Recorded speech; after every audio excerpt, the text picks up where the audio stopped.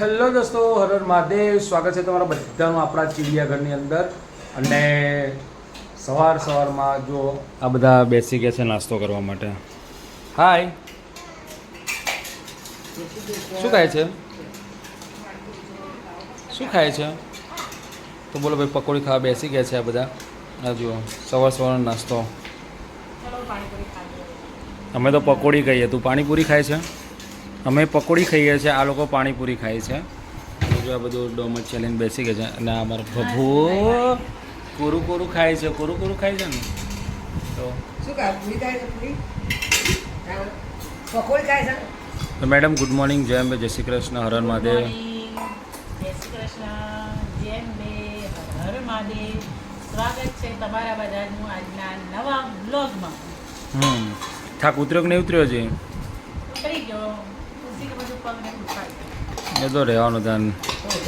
Mummy જય શ્રી કૃષ્ણ, હર હર મહાદેવ. જય શ્રી કૃષ્ણ, હર હર મહાદેવ, ઓમ નમઃ શિવાય. યસ. આજના બ્લોગમાં તમને બધાને કરી સ્વાગત છે. ચલો પકોડી ખાવા. જમવા માટે બધાને જેને પાણીપુરી ખાવા માટે ચલો. તો ભાઈ જો અમારા બધા પકોડી ખાવા બેસી ગયા છે. એટલે સાસુએ ખાય અને વહુએ ખાય. વહુએ પકોડી ખાય અને સાસુમાએ પકોડી ખાય. ચલો પકોડી અને ખાવા. મોટા ગોલગપ્પા ભરીને ખાશી. દાચ્યાના જેમ મોઢું પોરું કરશી અને પછી આમ કરીને ખાઈ જશે. તો ચલો ભાઈ, આપણે તો વઘારેલી ખીચડી છે, ખીચડી ખાઈ લઈએ. ખાવું છે? વગા બનાય. હા. તો ચલો ભાઈ, આપણે ખાઈ લઈએ પકોડી.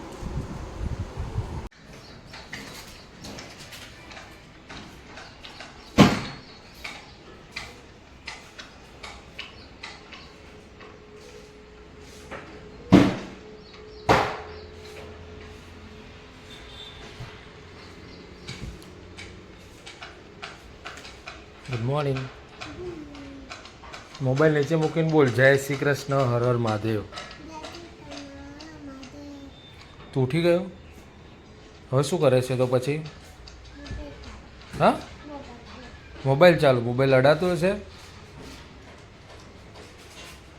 તો ભાઈ અમે નીકળી ગયા છે કાવ્ય માહી રુદ્રાક્ષને લેવા. ક્યાં જવું છે? ઓકે, ક્યાંય જગ્યાએ? સ્કૂલમાં. ભાઈ નીકળી ગયા સ્કૂલમાં જવા માટે, બચ્ચા પાર્ટીને લેવા માટે. ઓકે ને? શું છે? હા, તો કોની ગાડી છે? હા, પપ્પા. બેસી જા, ચાલ ફટાફટ, ટાઈમ થઈ ગયો છે. તું બેસી જા, ટાઈમ થઈ ગયો છે. હા.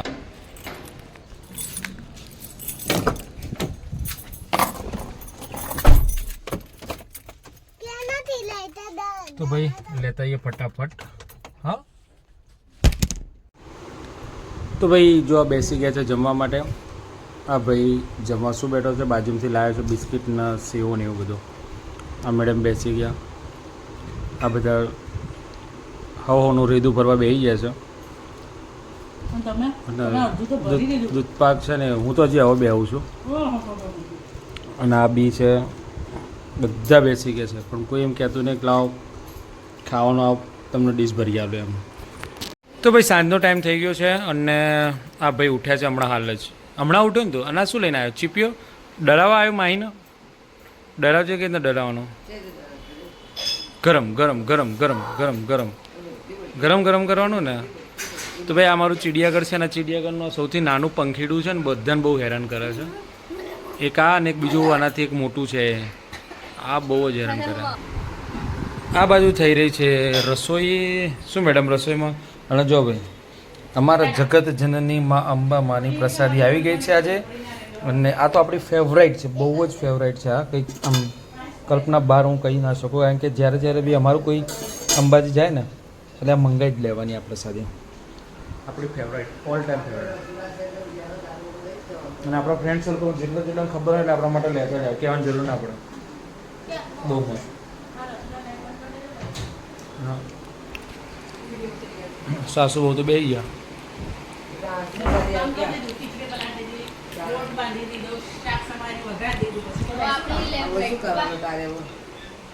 સવારે કામ ગદડ સવારમાં જો કામ કાજ બધા હોય ત્યારે પછી ચમ ના ના ચાલુ જ રહે. ચાલુ જ છે ને. સવારમાં તો દોડધામ ધામ. સવારમાં તો ભૂક્કા કાઢી નાખે હવે દોડા દોડી આવે. બધા હોય, છોકરો હેરાન કરે. અત્યારે તો કશું નહીં. અત્યારે સાંજે મારી દોડધામ વધારે હોય, સવારે આ લોકોની દોડધામ વધારે હોય. અને જવું તો એમની કોણે ઘરે જતું? એમની ભત્રીજીના ઘરે જવું હતું. પણ એમની ભત્રીજી 4 ધામની યાત્રા જઈને આવ્યા એટલે એમને મળવા જવું હતું.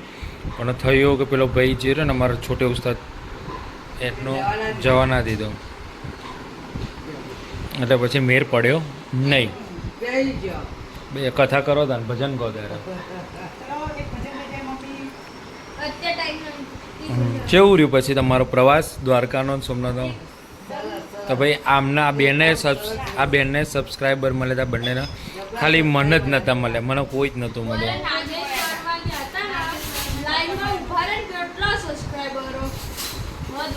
લાઈન તોડીને આવતા જ નતા રે ને મળવા. ઓટો મળે ને એટલે આ મોપાલું. અમે ઓમ ઓટો મળે ને એટલે એ એવામાં આવે. એટલે બોલાય જ કરે. બા તમે પેલા વિડીયો વાળા પા ને બહુ સરસ મસ્તી વિડીયો બનાવો છો. છે કે બા બહુ સરસ બનાવો છો ને. તો ભાઈ કેટલાય મળ્યા. આ લોકોને દ્વારકામાં, નાગેશ્વર, બેટ દ્વારકા બધા મળ્યા. બધા મળ્યા. સોમનાથમાં કોઈ નહોતું મળ્યું.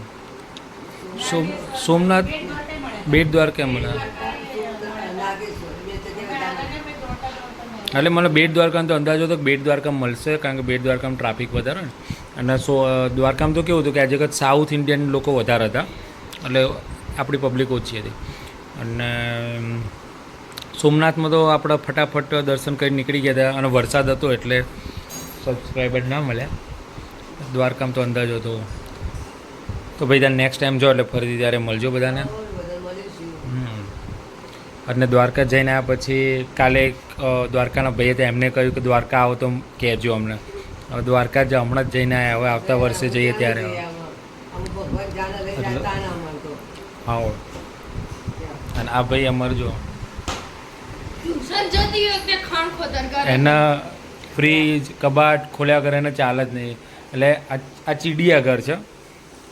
એક ઓમ ફરો, એક આમ ફરન જોયા પ્રસાદી છેલ્લે પ્રસાદી ઉપર તૂટી પડ્યો છે. બીજાને માટે રાખજો ભાઈ દાન. આવો તો થોડી પ્રસાદી લઈ લેજો. હા કોને? હા બસ ભાઈ પાછળથી એવું ના થાય કે ભાઈ મારા ભાગમાં ના આવી એમ. ચોરી બનાવી ચોરી? હા અચ્છા, લસણની સ્મેલ આવી. લસણી બટાટું બનાવ્યું છે ભાઈ. ઓકે ઓકે ઓકે ચલો તને છોકરાને ટ્યુશનમાં મૂકવા જવાનો ટાઈમ થઈ જશે એટલે આપણે ફટાફટ દોડીશું, ઘા કરીને અને આપણે ટ્યુશન મૂકી આવીશું. સજે માહે ઉતરી હા. તો ભાઈ આ નાટક બાદ હજી ઊંઘ્યો નથી અમારા. રાતના 11:30 વાગે છે. ઊંઘ નથી આવતી? આવે છે તો ઊંઘવું છે કે નથી ઊંઘવું? હા ઊંઘવું હા? ઊંઘવું હા કે ઊંઘવું છે? ઊંઘવું હા. આ દેશી, આ બધા દેશી જ થવાના. ગમે એટલા સિટીમાં રહો તમે, કોઈ ફરક નહીં પડવાનો. ગામડામાં રહ્યો નહીં પણ તમે બધા ગામડા દેશી બોલો એટલે હા. ચશ્મા મને શું ખબર, ચશ્મા તે આ પડ્યા ને.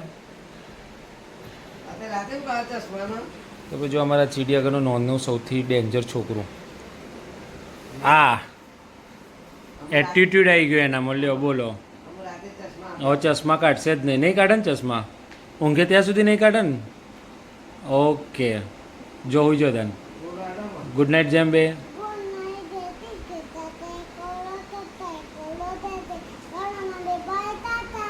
ઓકે આવજો તને. હા ઓકે. આ જમકુ અમારા કેટલા ટાઈમથી બોલતા નહોતા, પ્રવાસ જ્યાં ત્યારના. બોલો